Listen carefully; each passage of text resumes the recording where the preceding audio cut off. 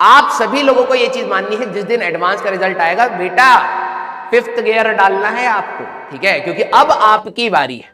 मैं आप सभी लोगों को बोलूंगा कि आपने 2 साल तैयारी करी है, कई बच्चों ने 3 साल तैयारी करी है, ठीक है। अगर आप सेम तरीके से पढ़ रहे हैं तो आपको इंप्रूवमेंट अब दिखना कम हो जाएगा, क्योंकि कई बच्चों को लगता है कि हमारे पास जो ग्रोथ होती है वो हमेशा ऐसी ही जाएगी। नहीं बेटा, थोड़ी देर के बाद ये वाला ग्रोथ आपका सैचुरेट आउट कर जाएगा, ठीक है। तो आपको अपना मेथोडोलॉजी चेंज करना पड़ेगा, ठीक है। आपको अपना मेथोडोलॉजी चेंज करना पड़ेगा। आप जिस तरीके से पढ़ रहे हैं, अगर आप थ्योरी पर ज्यादा फोकस कर रहे हैं, क्वेश्चन पे कम कर रहे हैं, तो आपको क्वेश्चन करने ज्यादा पड़ेंगे, राइट। अगर आप क्वेश्चन कर रहे हैं, क्वेश्चन गलत हो रहे हैं, तो आपको थ्योरी पर भी जाना पड़ेगा। आवाज सही आ रही है? ठीक है, ठीक है।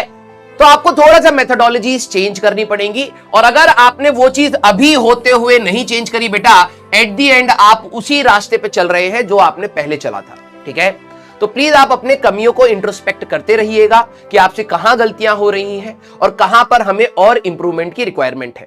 अगर आपको लगता है कि आपके पास उस चीजों का कोई सोल्यूशन नहीं है, तो हम टीचर्स हैं यहां पर, हम आपको उन चीजों में गाइड करेंगे कि बेटा यहां पर यह चीज की जा सकती है, ठीक है। लेकिन अब कई बच्चों का है कि सर एक भी क्वेश्चन, एक बच्चे ने यह भी लिखा कि सर समझ आ रहा है लेकिन एक भी क्वेश्चन नहीं हो रहा।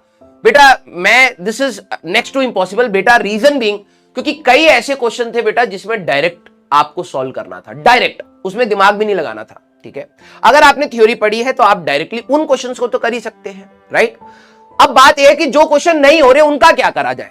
उनके लिए सबसे पहले आपको शांत होना है। आप बहुत पैनिक करके उस चीज के बारे में सोच रहे हैं, शांत होके कि भाई क्वेश्चन में ऐसी कौन सी चीज है जो थ्योरी में मैंने मिस कर दी और इस क्वेश्चन ने पूछ ली। अगर आप उस चीज को फाइंड कर लेते हैं अपने क्वेश्चन में, तो आपके क्वेश्चन होने स्टार्ट हो जाएंगे। क्लियर? क्लियर? यस।